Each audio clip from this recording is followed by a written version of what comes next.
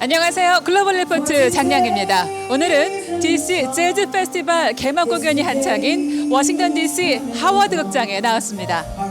DC 재즈 페스티벌은 재즈의 전설이라 불리는 듀크 엘링턴이 태어난 워싱턴 DC의 재즈 유산을 기리기 위해 2004년 시작됐는데요. 18회째를 맞는 올해는 30여 명의 국내외 재즈 뮤지션들이 DC의 크고 작은 공연장에서 공연을 펼칩니다. DC 곳곳에서 공연이 열리기 때문에 재즈 음악을 동네에서라는 뜻의 재즈 인 더 후즈라는 이름으로 불리기도 하는데요. 재즈의 고향 루이지애나주의 뉴올리언스 재즈 앤 헤리티지 페스티벌, 뉴욕의 블루노트 재즈 페스티벌과 함께 미국인들의 사랑을 받는 재즈 페스티벌 중 하나로 자리 잡았습니다. 3일에는 DC의 워프 선착장에서 예선을 거쳐 올라온 세 팀이 $15,000의 상금을 놓고 경쟁하는 음악 경연대회가 열립니다. 다가오고 있는 세계 소식 글로벌 리포트 지금 시작합니다.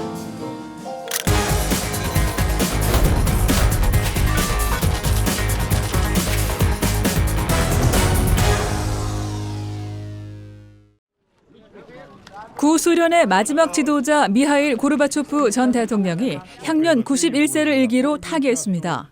모스크바의 한 병원에서 지병으로 사망한 고르바초프 전 대통령은 40년 넘게 이어졌던 냉전을 1989년 피 흘림 없이 종식시킨 주역으로 평가받으면서 1990년 노벨 평화상을 수상하기도 했습니다. 하지만 냉전 종식이 구소련의 해체로 이어지면서 구소련권 국가들에서는 엇갈린 평가를 받는 인물이기도 합니다. 조 바이든 미국 대통령은 고르바초프 전 대통령을 추구했던 개혁개방 정책을 높이 평가하며 애도를 전했고, 블라디미르 푸틴 러시아 대통령도 세계사에 큰 영향을 준 정치인이었다면서 애도했습니다. 우크라이나를 방문 중인 국제원자력기구 IAEA 시찰단이 유럽 최대 규모인 자포리자 원전 안전 실태 점검에 들어갔습니다. 이번 점검은 러시아가 지난 3월 말 자포리자 원전을 장악한 가운데 최근 원전 일대에서 폭격이 계속되면서 방사능 누출 등 핵 위험이 고조된 데 따른 겁니다. 현재 우크라이나와 러시아는 원전 공격의 배후에 서로 상대방이 있다고 주장하고 있습니다. 이런 가운데 우크라이나군은 러시아가 점령하고 있는 헤르손을 포함한 남부 지역에서 대대적인 반격에 나서면서 남부 지역 내 러시아 보급로와 기반시설을 무력화하는 데 집중하고 있습니다. 파키스탄이 사상 최악의 홍수로 큰 피해를 겪고 있습니다. 역사적인 규모의 홍수로 국토의 3분의 1이 물에 잠겼고 지금까지 이미 1,000명 이상이 사망했는데 이 중 3분의 1은 어린이들로 추정되고 있습니다. 파키스탄 당국은 3,300만 명 이상 파키스탄 주민 7명 중 1명은 이번 홍수의 영향을 받은 것으로 추산하면서 앞으로 사망자 수가 계속 늘어날 것으로 예상했습니다. 인력과 장비 부족으로 구조 작업에 어려움을 겪고 있는 파키스탄 정부는 국가 비상사태를 선포하고 국제사회에 지원을 요청했습니다. 제로 코로나 정책을 고수하고 있는 중국이 오는 10월 제20차 공산당 전국 대표 대회를 앞두고 신종 코로나 바이러스 감염증 재확산 방지를 위해 또다시 대규모 도시 봉쇄에 나섰습니다. 중국 전역 대도시에서 코로나가 재확산할 조짐에 주요 정치 행사인 당대회를 앞두고 방역 통제를 대폭 강화한 겁니다. 중국 제조업의 거점이라 할 수 있는 광둥성 선전시와 광주시를 비롯해 랴오닝성의 다롄시와 선양시, 쓰촨성의 청도시 등이 부분 봉쇄됩니다. 한편 미국 식품의약국 FDA는 31일 모더나와 화이자사가 개발한 오미크론 하위 변이 대응 부스터샷을 승인했습니다.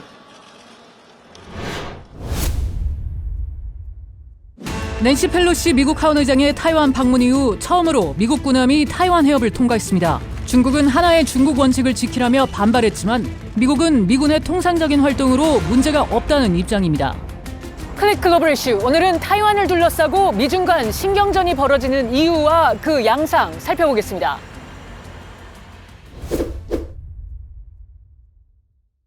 일본 요코스카 기지에 거점을 둔 미국 순양함 챈슬러스빌함과 엔티텀함이 8월 28일 타이완 해협의 국제수역에 들어갔습니다.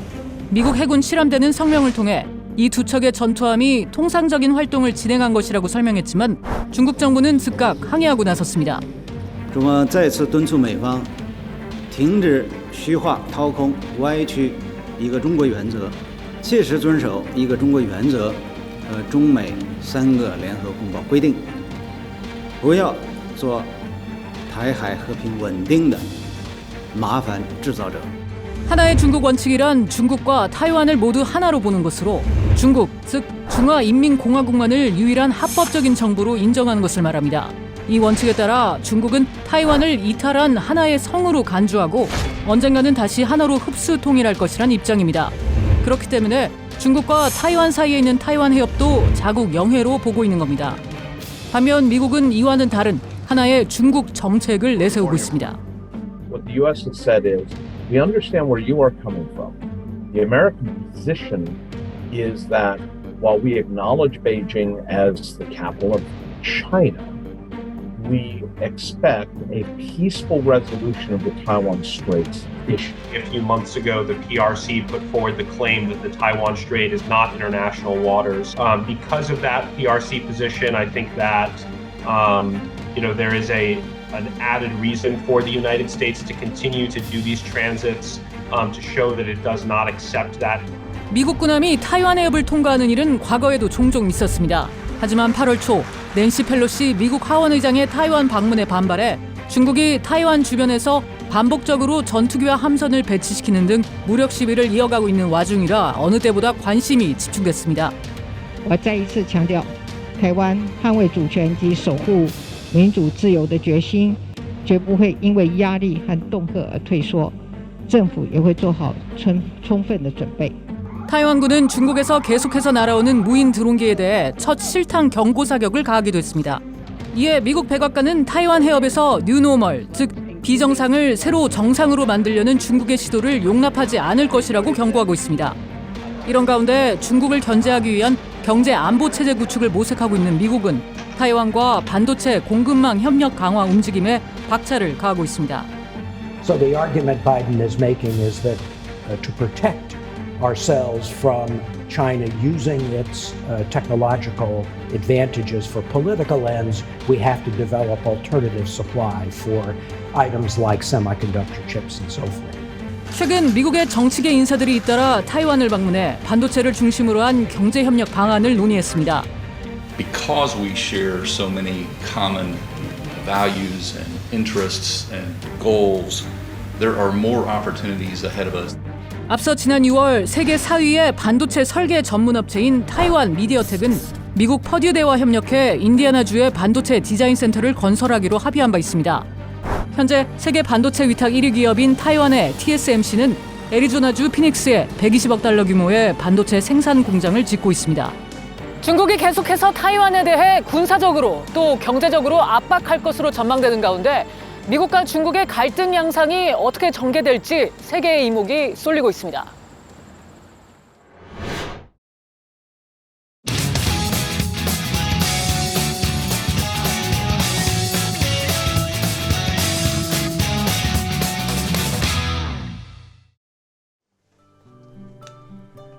So today you're gonna do something from Mimi's garden? I guess, but I don't have to do all of it. Well, you can get started on it, okay? My name is Joe, and I am 21 years old. I did a lot of good arts, like animals and insects and all that, and I did some background paintings, 2003 or something.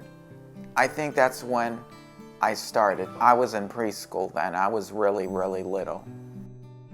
He was diagnosed with autism when he was just turning 4.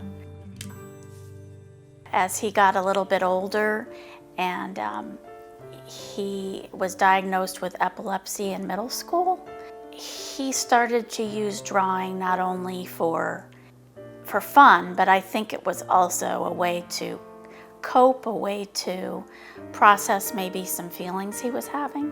And I still think he does that. When my friends and other adults see my art, they say, "Way to go, Joe." As Joe got into high school and his epilepsy became a little more intense, I think I just got to the point where I knew I had to choose. And there was no choice. It was just to be home with Joe, and I had to make that decision. I started my website like after when I finished and was done with high school. It was like the year of 2019 to 2020. Artfully Joe, it's called now. People love my flower pictures. I've drawn a lot of sunflowers and roses and other flowers. These are some pieces that he's already done in various sizes. Berries and a beautiful botanical that he did. Joe's expanded into some note cards and we did a Valentine this year, and he did a logo, a butterfly for Autism Awareness and Acceptance Month, and he did a t-shirt also with that logo. And we did some spring insects and farm animal note cards. But this one's going to be a gift. Since this is from my parents' garden, Joe wants to give this to them. I feel very glad about that. We're all done for today. Good job. Good job.